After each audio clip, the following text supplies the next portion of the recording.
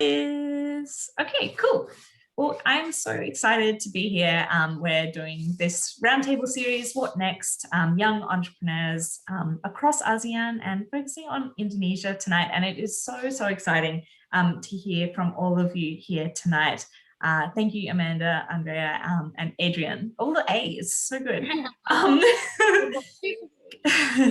I'm Dr Elise Stephenson. I'm from Social Good Outpost, and I'm the curator of the Young Entrepreneurs and Leaders Speak series and a researcher at Griffith University.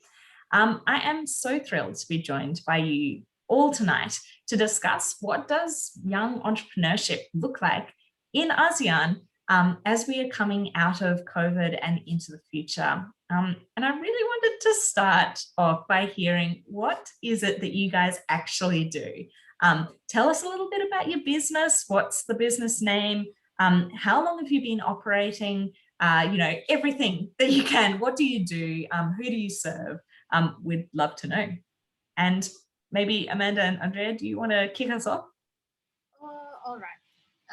Let me introduce myself first. I'm Please. Amanda. Hello. We're from Indonesia. This is my sister, my little sister, Andrea. And we just built a clothing line in December. So it only been 1, 2, 3, 4, 5, 6 months. And we have the brand name called Andara. Andara means the light of beauty, and we name our business because we want to bring out shine on women's beauty by providing comfortable clothes and stylish. And we target the woman from like 17 until 25 years old. And we're not only limited to that. If older women like the mother loves our clothes, we don't mind it. That's okay. And we've already thought to make a clothing brand since last year on July. It's actually already COVID-19. It's already pandemic, but we just execute our business in December and the last December because we do some research first, and then we look for the fabric, and the fabric is not available in Indonesia, so we need to export from China. And then we have no employee. It's just 2 of us. We do all of the things together, start from the fabric research, the model, and we become the model of our product. We just shoot ourselves, and it's much cheaper, clearly, and we love to take a picture of us together, so it's fun. And then since I already accepted in one of e-commerce in Indonesia in February, so before that we do all the things together, but now she's doing almost all the things, and I just trying to help in the middle of my permanent job. And I'll do most of the marketing, and my sister do the finance things. And what else? Yeah, motivations for starting. Why did you decide to start it in the first place, and why now? Okay, so why we choose to start? We're doing school from home, work from home, so we're looking, what can we do? We want to make something because it's kind of boring, like everything goes online, but we want to make some income, even though our parents support us financially, but what can we do? And my sister said, like, what if we create a business? We wanted to have a clothing line since long time ago, and I think it's the right time because I was going to university outside my hometown, and right now I'm at the house with my sister. Why don't we do it now? And then we choose to start in July, maybe. Yes, in July, and we do some research first, and everything's done. The material and everything is on December, so we have our first launch at December. That's why. And also, we love clothes, as you can see. We love clothes, and we create a embroidery cotton. It's white, and we think it's timeless because everyone's need white clothes, isn't it? Totally. Yeah, really. And we think, why don't we make one? Also, people love our people often ask, where do you buy your clothes? And then I think, oh, I think people love our style. Why don't we Create create something out of some? it. Yeah, That's awesome. yeah. That's why I think we should start immediately. And then, voila, this is it. That is so cool. And just quickly, Andrea, does that mean that you're still in school? Yeah, I'm still in the second year of university. Amazing. That is super, super cool. It is awesome to be able to start something and just, go for it. That's, yeah, really, really cool to hear. Can't wait to hear more. And what about for yourself, Adrian? What about your business? Tell us about it. What does it do? Who are your customers? How long have you been operating? Why did you start? Okay, so first of all, we consider this business as a tech startup here in Indonesia. So we've been operating since 2018, 2017, late 2018, and then currently what we do is our core business is actually looking at mobility of people. The human behavior, basically, that's what we do. So what we are currently focusing on is to look at productivity on manufacturing workers. So we very heavily focused on workers where you cannot work from home. You have to be there, and it's hard to measure their productivity because there's no measurement of whatsoever. So we start with that. So we look at their movement data, we look at their productivity, we look at their output, and from there, now we are currently focusing on how to make them live better because of this pandemic. We're seeing there's a lot of people who need cash early. So we kind of start introducing get your take home pay earlier than it should be to help them. There's so many needs going on because of this pandemic. So we introduce that product, and then from there we measure their productivity and how productive they are and how much they can take out from their current payroll, basically, and then they have to return it at the end of the period. So basically that's what we do, but we were not like this before. This is quite a pivot from what we are originally doing. Yeah, right. Yeah, our original plan is actually we're looking at the mobility for human on the commercial space. So that's what we are focusing on. So on the commercial space, we're focusing on retails. We're focusing on all the commercial areas, common area. Basically looking at behaviors. We work with a lot of malls. We are currently working with MRT. A lot of the transportation modes in Jakarta mostly. But then COVID happens. People are not going anywhere. It is coming back right now, but it's not as productive as before. The spending dollar are not as much. So that's why we kind of shift a little bit to the same concept, but on the manufacturing and for the blue collar workers mostly. So that's what we're focusing on, and make sure how can they be more, how do you call it? We want to make sure they are taken care of, basically. So start off with those, and then we will introducing more and more products later on this year. So that's in essence that's what we do. Oh, that's so cool to hear, and sounds like you really did have to pivot during COVID and adapt. Right. I mean, I'm super interested in this.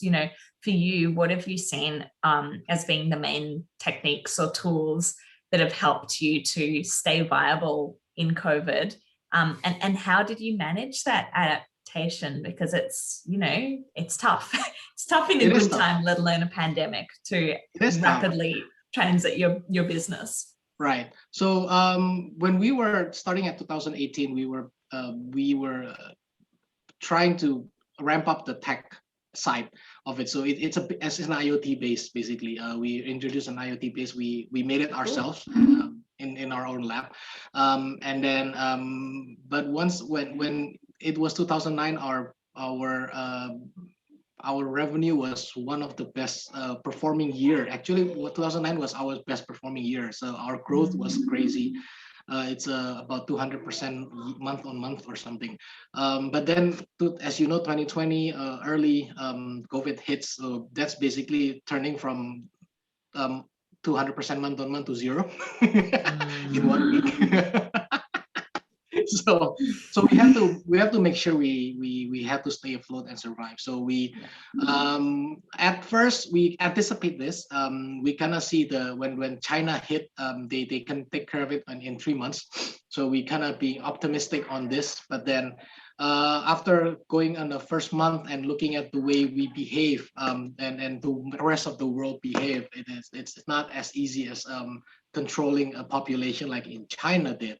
So we know that it's going to be a very long one. So we start looking into different markets on how we can apply the same technology using a different facade. Basically, how can we make our technology valuable for someone else, basically outside of the commercial space.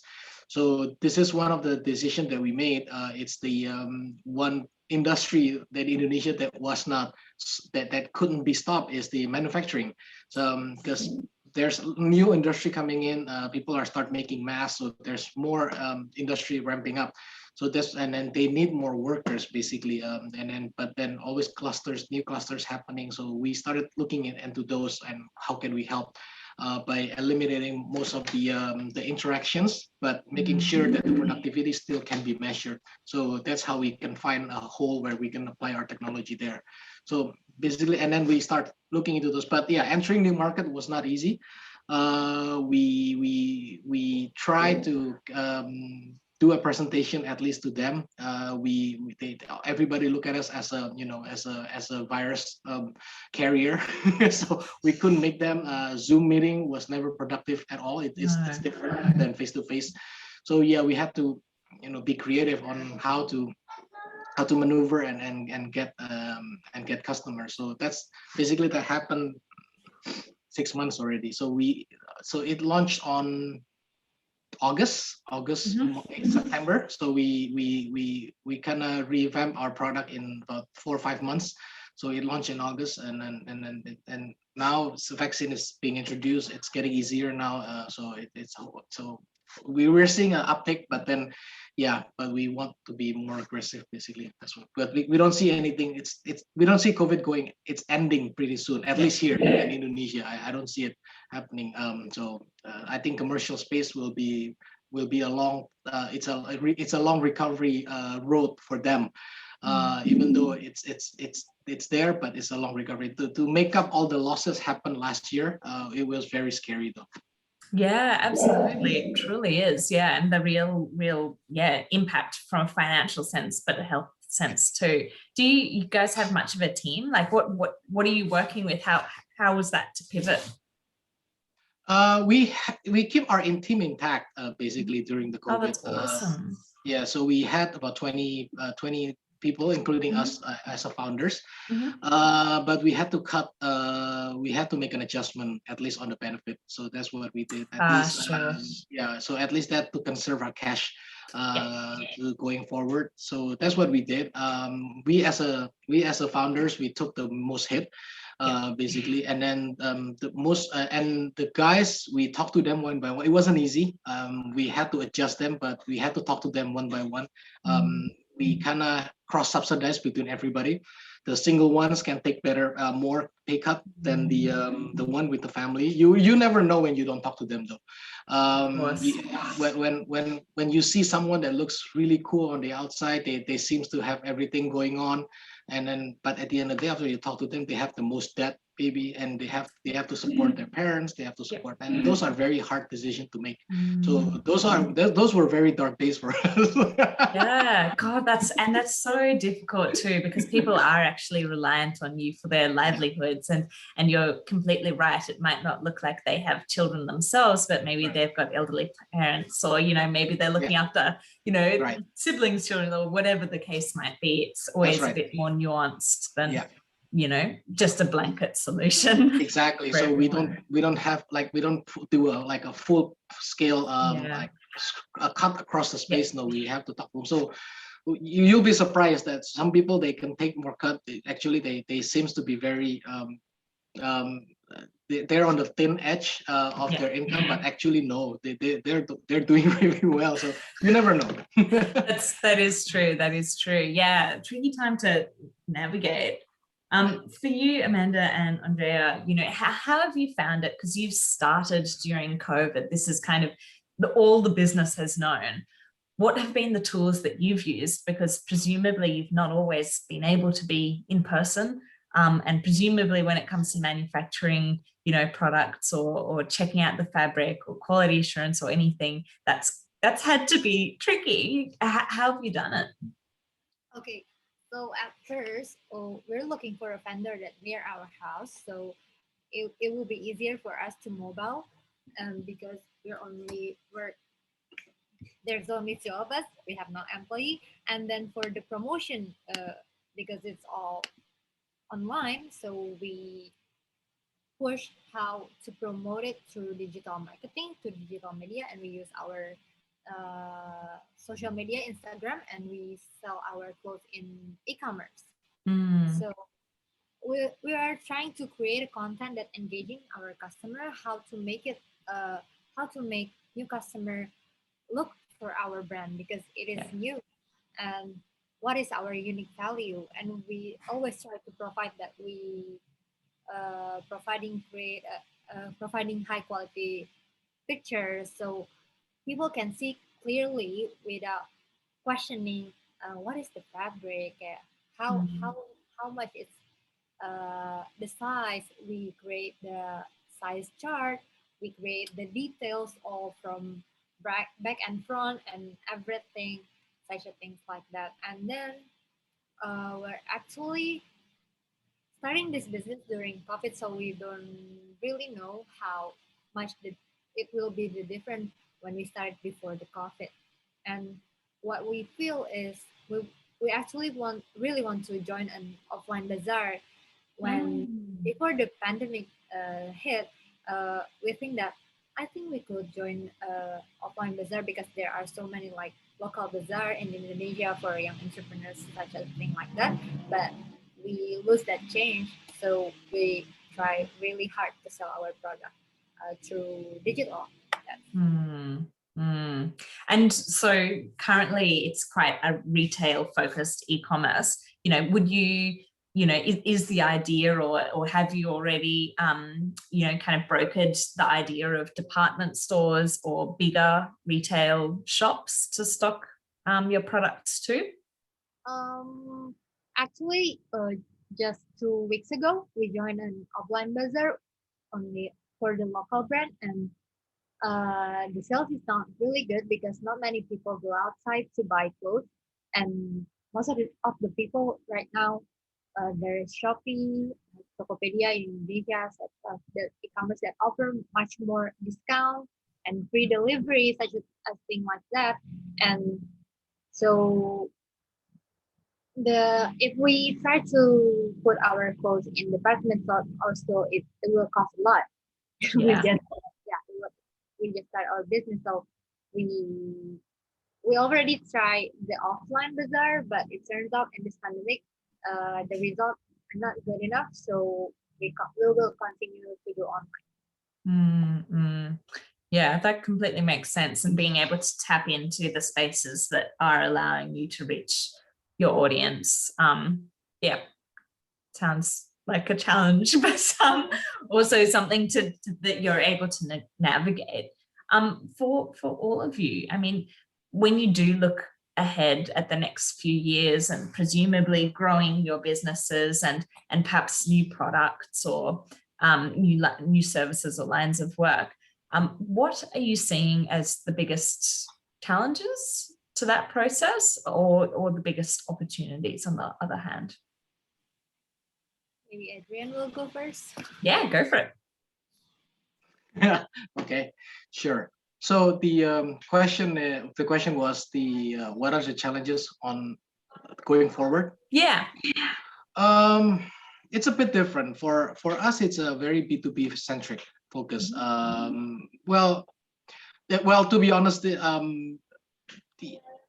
B2B market for us, it's quite simple simpler than the B2C, like the Amanda and Andrea.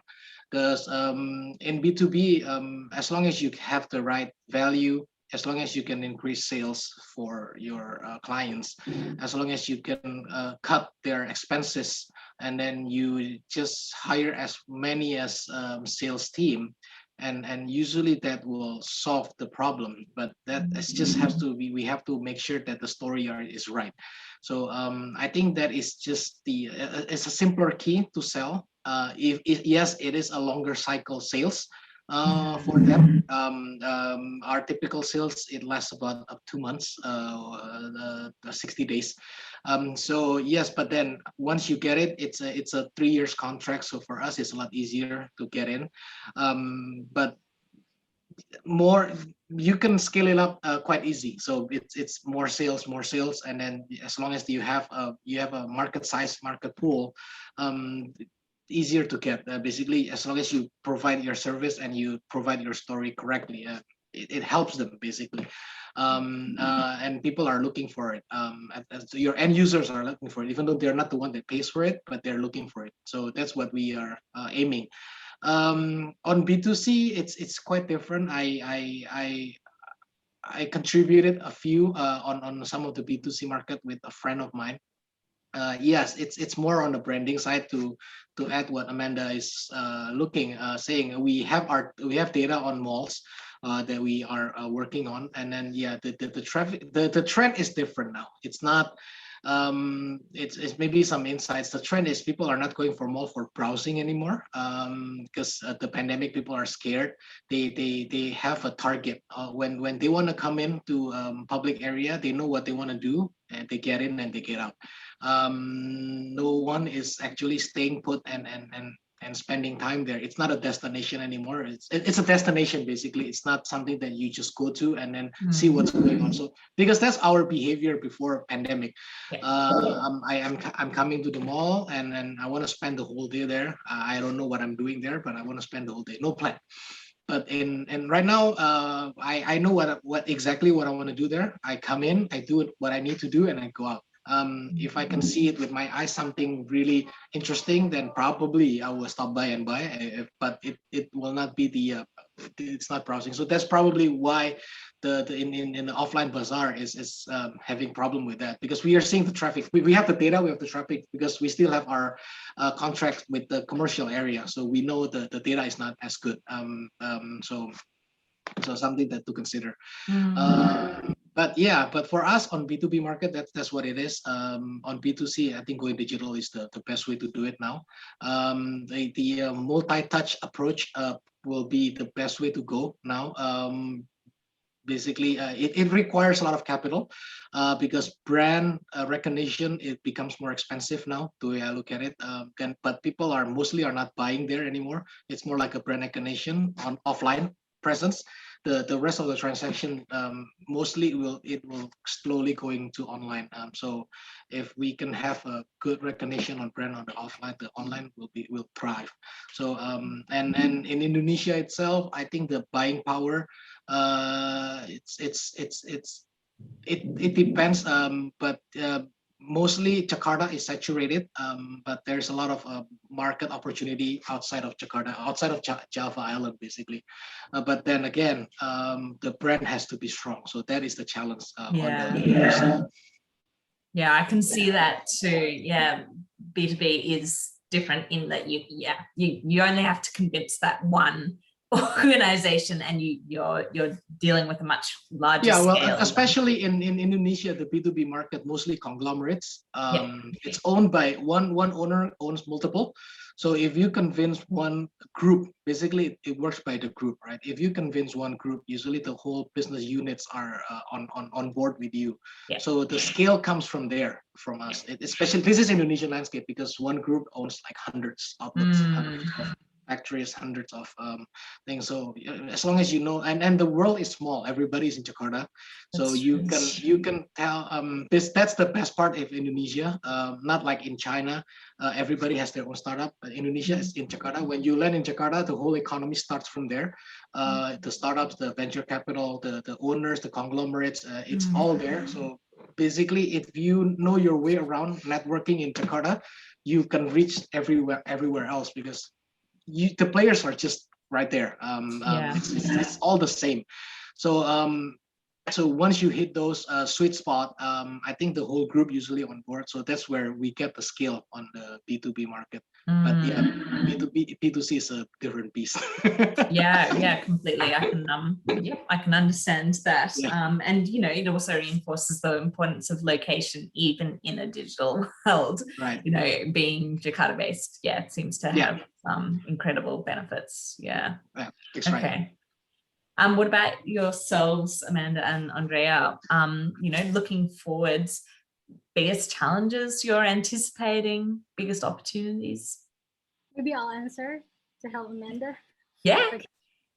Maybe the challenges that we might face for the next few years, because it is fashion business, there must be change in trend over time, and we predict that will be more new fashion businesses exist soon. And with that, we want to create a clothing brand that is timeless and not out of style. And other challenges might be affect our business during this situation is that the way we promote our business through digital marketing.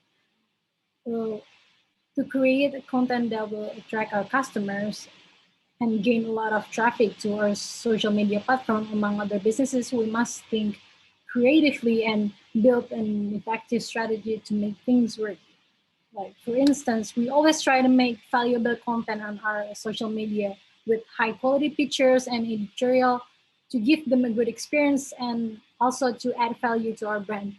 And we also observe our customers' interest through our social media to know what they really attract these days so we can easily adapt to the new trend. And like currently, what social media do you use? Like, you know, I know in Australia, at least, while most businesses would have relied solely on Facebook, now it's got to be Instagram. You have Twitter just so that you can talk to other businesses. But TikTok is actually where the young people are, you know, like how do you balance so many platforms, and what have you chosen, at least for right now? For now, we mainly use Instagram as our product catalog because we wanted to be focused on just maybe one or two platform only, because we're afraid we might not be able to handle a lot of platform if we go to a lot of things, and we want to just focus on the main platform like Instagram. We know, I did a survey with my friends that Indonesian people use social media. The most used social media in Indonesia is Instagram, YouTube, and TikTok. And then from there, we decided to choose Instagram and Shopee as our marketplace to sell our clothes. So that's from there we decided to use that platform. Yeah, cool. That's so it is interesting because, you know, you see that's one of the spaces that, as much as anything, you've got to be able to keep up with wherever your audience is hanging out, and using the language and the visual means and all of that they use too. So yeah, that sounds like a lot to keep on top of, but also very, very cool to hear that Instagram has kind of been that main force driving you forwards. For you all thinking about going ahead, and, you know, presumably you've got some dreams to, I don't know, grow the businesses, to, you know, I don't know what sorts of milestones you've got in your mind. What is your dream for the businesses going ahead? Where would you ideally like to see them in 10 years? Would it be doing the same business? Are you open to other business opportunities? And what would be the most support to help you get there too? Okay, I think my sister would love to answer that. Okay. Great. So we want this business to go big, to be known nationally, or maybe even That's internationally. awesome. Yeah. To have a good impact on others. We want to help others by giving them beautiful and comfortable clothes, and we want this business to be active on social activity to help others who are in need. And what we always dream is in the future that we can expand this business to other sectors, like maybe food and beverages. Because personally, I always dream about having my own cafe where people can shop our clothes and also hanging out in one place. And maybe what support us on our business now, From where? The government or which one? Yeah, pretty much. What supports, maybe it's from business, maybe it's from maybe it's from government, maybe it's from business associations. Is it mentoring, resourcing, funding, specific programs, research? What would actually help you get to that dream? Okay. I really love that if Indonesia government have one huge event integrated for young entrepreneurs, so we can get to know each other and share our stories. That will be awesome, because maybe there is a speaker who already have their business well established and they are starting from young, and share some inspiring stories, and maybe from that integrated event there will be training, like one huge event for young entrepreneurs. I think that will be interesting. Maybe it's right now it's online. It is possible, but not will be as hype if it is conducted offline. But I think that will be very, very helpful. Yeah, completely. Kind of establishing networks and being able to learn from peers and see what they've done. Yeah. Awesome. Okay, cool. What about you, Adrian? What would support your business in its growth stage going forwards from your perspective? Well, for me, the way I look at it, it's we always interested on our core our core value that we would like to have, it's data, basically, as many as possible. Initially, yes, we started with commercial, then we have to pivot.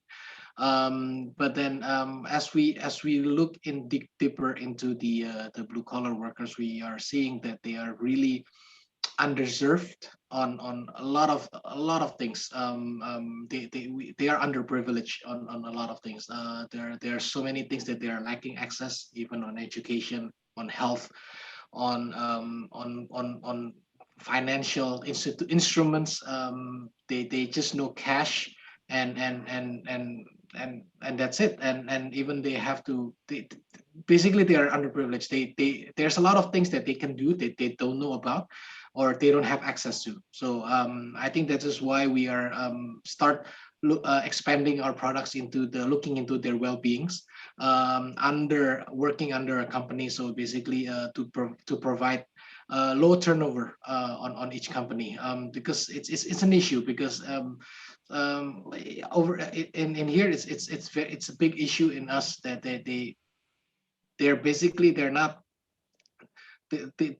They're lacking support on everything. So that's why our products will be expanded along those lines. Healthcare products, insurance based, and then even our early payday. It's based on what do you call it, non-interest. So it's complying with the Sharia law as well. So that because it's something that we want to make sure that they are being taken care of, because those are the next product that we are seeing on coming up. And then being recognized as well in the workplace, it's something that they are lacking. So that's the area that we will introduce as well, where using our data, at least the business owners knows who are actually deserve to get recognized or not, and then at the end of the day there are certain things that they can access to. I think they are it's now there's no data at all. So this is what we are focusing on. So what type of support? We try to scale as much as possible. We have about 80 million blue collar workers that we are targeting here, at least just in Indonesia. But then we are open to internationally as well, because there are similar similar type of workers in Southeast Asia, like in the Philippines, like in Thailand, in India. It's quite similar on the way they're lacking access, especially in Philippines. They're lacking a lot. It's pretty much the same as us, and that's where the area that we would like to expand on. But of course, at the end of the day, all those expansions is expensive. So that's where with the startup business mindset is all has to kicks in, right? All the pumping money, all those things, as you know it, that has to support the growth. And team locally, human capital is as that's why we are looking in the blue collar workers, also human capital for us. And then they are lacking, their skills are lacking, their knowledge are lacking, and it also backfired to us if we are trying to look for talents. It's very, very tough. I think there is an area that is still has a lot of gap in the market that can be done, which is adding talents pool to the market, which is it's a huge market to go to as well. So something to look at as well. So at the end of the day, there's a lot of things that we can do here. There's so many things that we can do, but it's just, you know, the time, the team to support, the and at the end of the day, the capital. It's not as expensive when we try to do it. Like in China, everything's expensive now. It's much cheaper to do it here, but again, yeah, talent pool is it's issue. It's also issue for us. Yeah, that's so fascinating too. I mean, for you looking at some of these issues, I mean, how easy or difficult has it been to get access to funding and investment? And is that something that you would look to? And you know, given, you know, if you get that investment, you know, what do you see as being the solution to the talent issue? What ideally would you like to see to kind of develop that pipeline? Access to funding, at least this year it gets a lot better. Last year, almost nobody deployed any funding in terms of capital. So there are targets that they need to fulfill that will fall into the target this year. So it's been liquid basically this year. So I don't see, as long as you have a right story and the right numbers, I don't think funding will be tough to get this year. But in terms of talent pool, that will be tough, because to educate a talent, it requires months. It's not an instant kind of thing. But then once you got funding, the ramping up products and the expectation of the return, it's instant. So there is a gap there. So basically, where you cannot get talent, you have to build it slowly. It takes months to get it, but that's once you have the money to try to build or to of take course it from an academy. One has to come. Yeah. It has to be, they expect to be an instant return. So to balance that out, that's where the art coming into picture. Yeah, of course. Yeah, that's the tricky part. That's so fascinating. And I guess for you know, all of you looking forwards to and you do have some international I guess aspirations, and Adrian, I mean, your product seems infinitely scalable, really. You know, I hope so. potential, yeah, is certainly there, and yeah, very, very cool to see. You know, what role do you see, or what opportunities do you see in Southeast Asia in particular, and what, if any, opportunities do you see in Australia too? Okay, I haven't been to Australia much. I've been there once, Sydney only. The only thing that I remember there is expensive. Yep. Yeah. So, I will agree with that. It's really shocking for me to see that price point. So from what I know, in Southeast Asia, at least in Indonesia and around, not in except Singapore.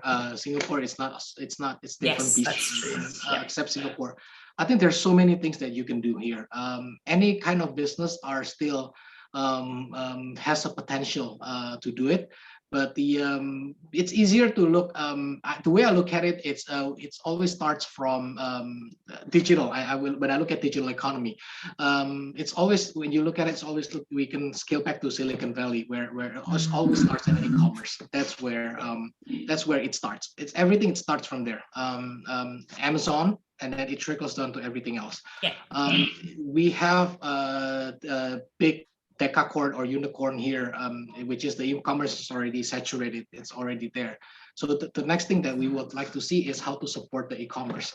That's where the in US it's the same.